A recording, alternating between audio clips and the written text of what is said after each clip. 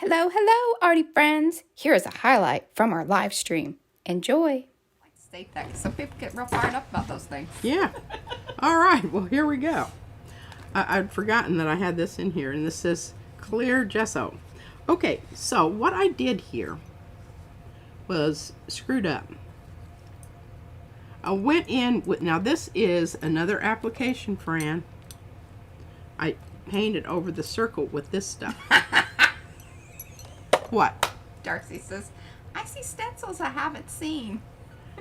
Oh yeah, I'm going to talk about those in a minute. Just calm down, calm down. But I want to put this here. Oh, yeah, and see that's cow floppy. This But is it's also swirl. It's from a swirl stamp. It's from the Nautilus. Mm-hmm. And here's the little one. Here's the one I need to do on that one when I said I needed the medium-sized one. That's the size I need. But I don't know whether to use this, but look at how perfectly it goes in that circle. And this was just, I was just Yeah, gonna... good size. But I like this also. Good jobbers, Brad, on determining the size. Look at this. Isn't that just perfect? But these are from her stamps from long ago, like her kneaded eraser stamps. Yeah, We're pulling old things out of our files to. I meant to get it, but I didn't. All right, I'm going for that. All right, now I like this, and I've done some work here with both colored pencils and with actually coming in and painting on paint. But when I saw these stencils, I'm like, oh my gosh, look. Yeah. Oh, that looks fantastic. And see, if I put it over here, I've got a little bit peeking out there. This you around here, and these whatever happens in there. Okay, that's a definite on. Darcy says she's very happy that stencils don't take up a lot of space. That is true. Isn't that the truth? Unlike paint, paint just takes over. Oh, it does. It is. Okay, I've been looking at this, and I love it. But I want to do some serious pencil work on this. So what I'm going to do is I'm going to take and make a little square around it and use the texture gesso, the clear texture gesso. Oh, so you have a surface to work on. So I have a surface to work on. Same thing with this one. I want to up that blue, so I'm going to come in with my texture, clear texture gesso, and do that over that. And I'm doing it on this one because, can you see? Yeah. Yeah. Some interesting things kind of there. It's like, Well, what happened was I tried to make this match up to the center of that one, remember I did with the crack? The circle that I did the inside, and it looked very ocular. And it just screwed it up. But that's okay. I'm going to just print over the whole thing with either and I have down here salmon. That's a really good idea. Okay. Really good idea. she had it twice. I did, in a row. Or she was impressed with her herself. Yeah. Okay, I got this one out because I thought, oh man, that goes with, look. Ooh. I likey that. I do too. And here's the new eyeball.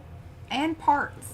And parts. Okay, I have to put these someplace where... Now, those little itty bitty parts, I don't include those a lot of times. When you guys are asking for, so remember, and those of you that are new and are like, oh wow, these are really cool, we will include the parts. And we've been kind of trying to do it automatically just because I'd rather do that than throw them away.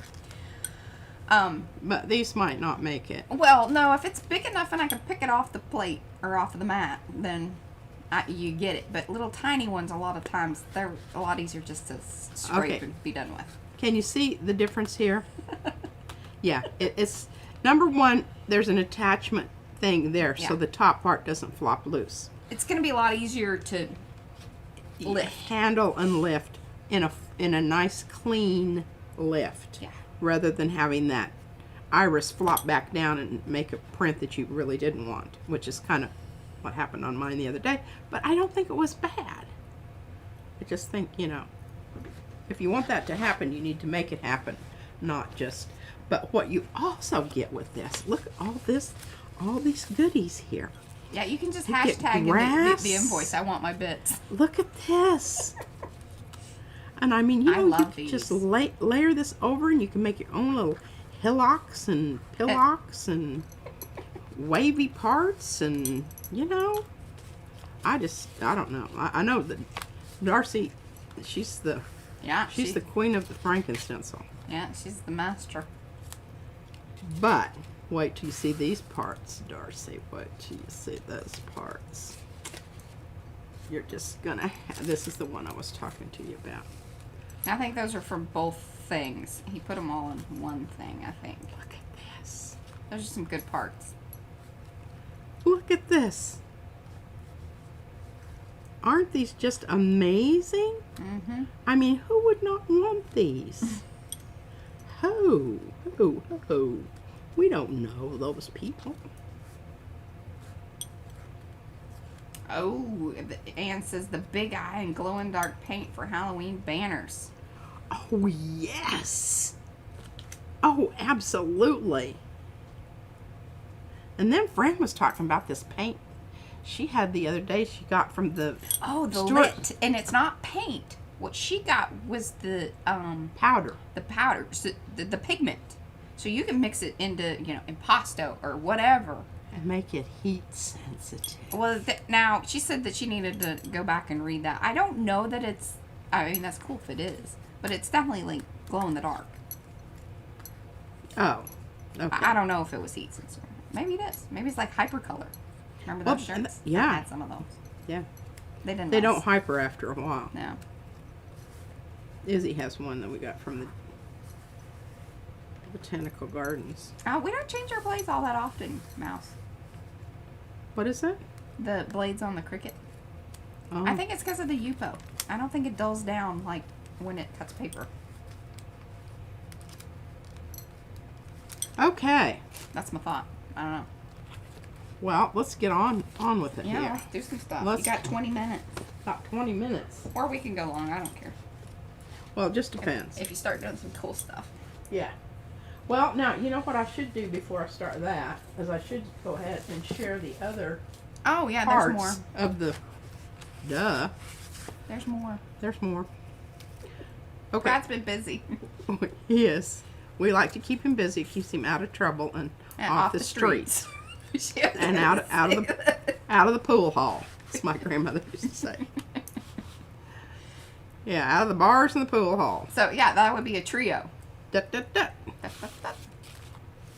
Da, da, da. And I might just... I think this might be a better bet. Look. Rebecca wants to know about gouache.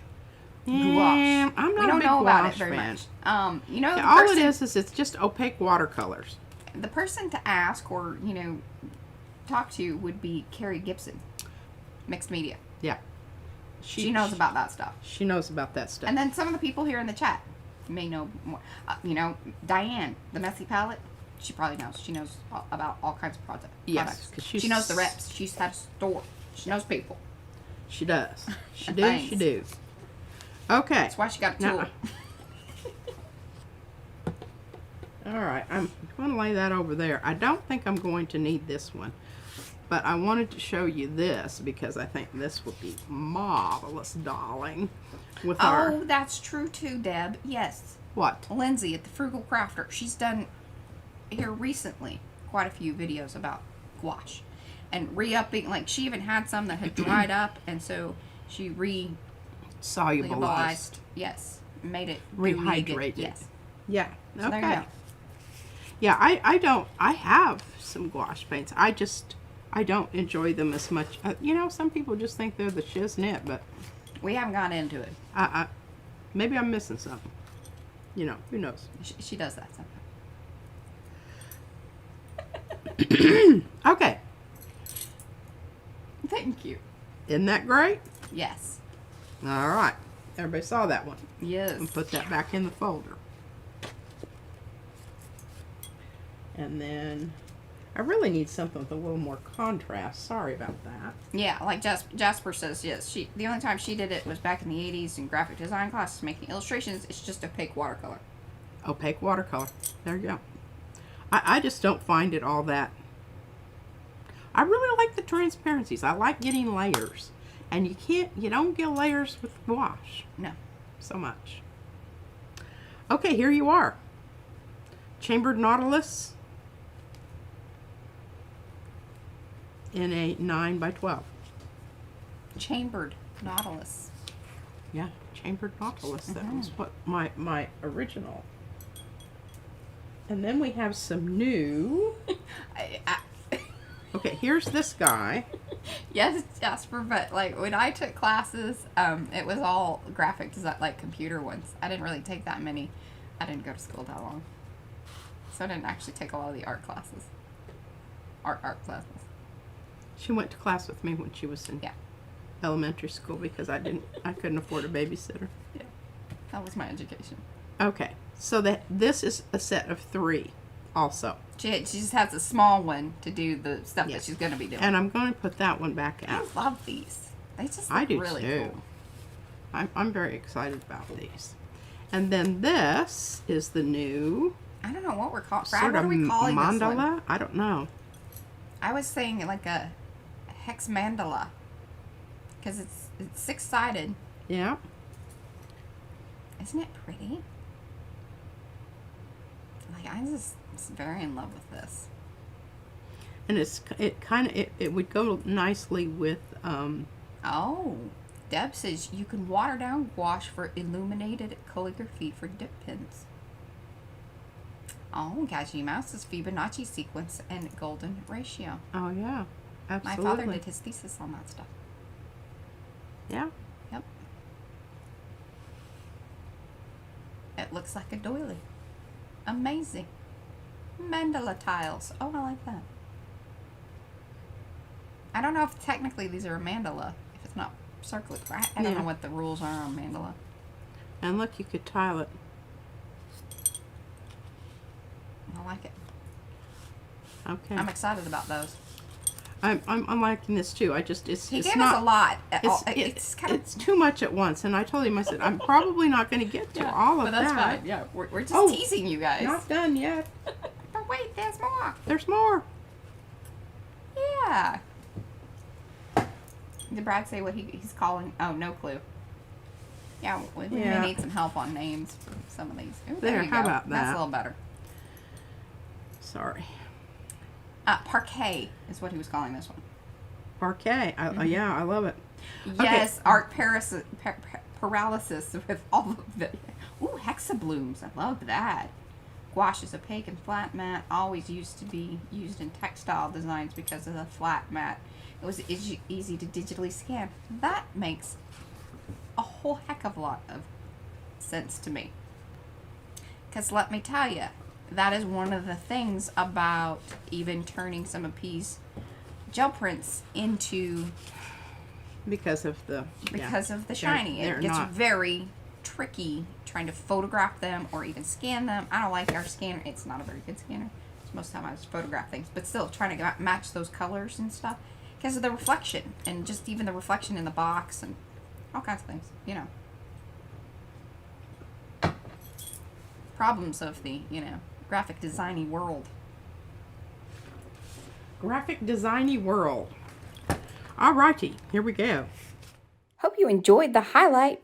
For the full-length replay, click this end screen. Be sure to sub and ring the bell to be notified every time we go live.